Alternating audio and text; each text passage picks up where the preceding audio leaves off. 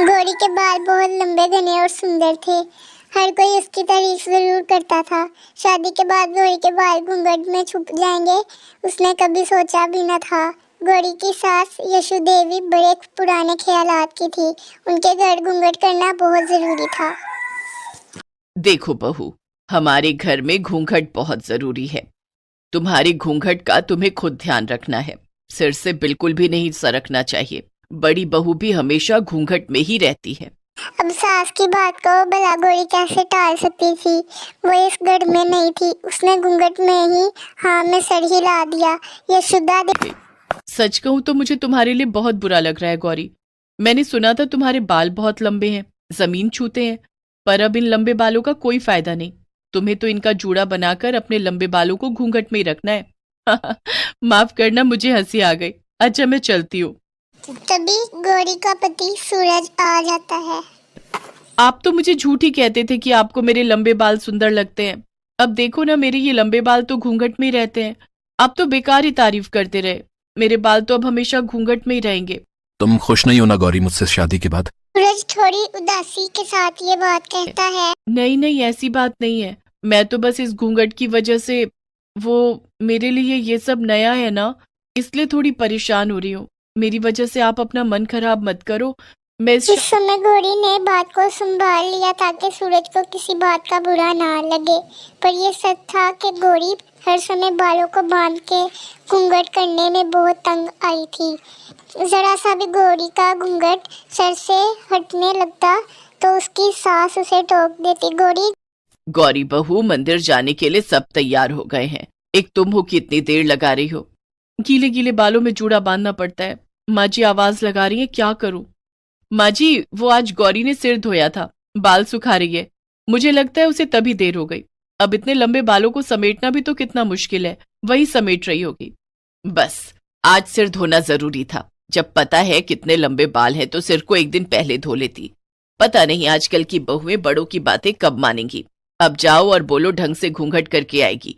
मंदिर में बहुत से लोग होते हैं। गौरी जल्दी जल्दी गीले बालों को बांधकर जूड़ा लपेट लेती है और सर पर पल्ला ले लेती है।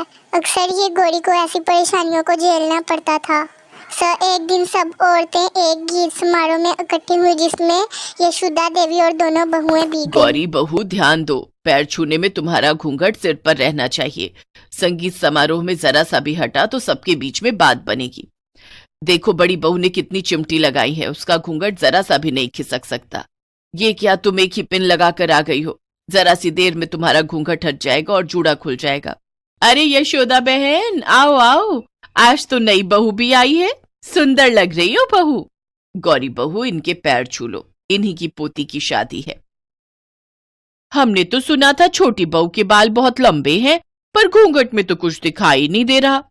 अरे मैंने ही कहा है बहू से, वो क्या है ना, घूंघट में बालों को नजर नहीं लगता। ठीक ही है, बहुओं को घूंघट में रहना चाहिए। गाने बजाने में लग जाती हैं। फिर कुछ बच्चों के साथ खेलते हुए एक बच्चा जो उस फंक्शन में आई हुई एक महिला का था, पास के बने हुए कुएं में गिरने। मोहित कुएं में गिर गया। उसने कुएं में ईंट को पकड़ा हुआ है, वो पानी में गिर जाएगा। क्या? मेरा बच्चा, मेरा मोहित कुएं में गिर गया। मोहित, मोहित! औरतें चिल्लाने लगती हैं। किसी को भी कुछ समझ में नहीं आ रहा था। तभी गौरी दौड़ते हुए कुएं के पास जाती है। उसके पास अब एक ही रास्ता था। वो जल्दी से अपना घूंघट हटाकर अपना जूड़ा खोल लेती है और अपने बालों को कुएं में गिरा देती। मोहित बेटा, मेरे बालों को कसकर पकड़ लो, मैं तुम्हें ऊपर खींच लूंगी। मजबूती से पकड़े रहना, मैं तुम्हें गिरने नहीं दूंगी। गौरी के बालों में भयानक दर्द हो रहा था। फिर उसने कोशिश से मोहित को कुएं से बाहर निकाल ही लिया। सब औरतें गौरी को देख रही। गौरी के बहुत सारे बाल टूट चुके थे, पर मोहित ठीक था। इस बात से गौरी को तसल्ली थी। गौरी बहू, आज तुम्हारे लंबे बालों की वजह से मेरे बच्चे की जान बच गई, वरना हम सब तो कुछ नहीं कर पाते। तुम्हारा बहुत बहुत शुक्रिया गौरी, तुम बहुत साहसी हो। अरे तुम्हारे तो बहुत सारे बाल टूट गए, दर्द भी हो रहा होगा। कोई बात नहीं, मैं थोड़ा गरम तेल लगा लूंगी तो ठीक हो जाएंगे। और फिर बालों का क्या है, टूट गए तो कोई बात नहीं है, दोबारा आ जाएंगे।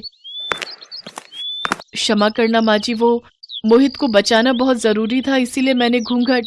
रहने दो बहू, घूंघट करने की कोई जरूरत नहीं है। तुम्हारे बाल ऐसे ही अच्छे लगते हैं। अब से तुम घूंघट नहीं करोगी, अपने बालों की चोटी बनाओगी। क्यों, मैं सही कह रही हूँ ना? हाँ, तुम्हारे बाल बहुत सुंदर हैं, इन्हें तुम ऐसे ही खुला छोड़ो। आंटी के बाल तो बिल्कुल रस्सी जैसे हैं। मैं इन्हें पकड़कर ऊपर आ गया, नहीं तो मैं कुएं में गिर जाता मम्मी। मेरा बच्चा।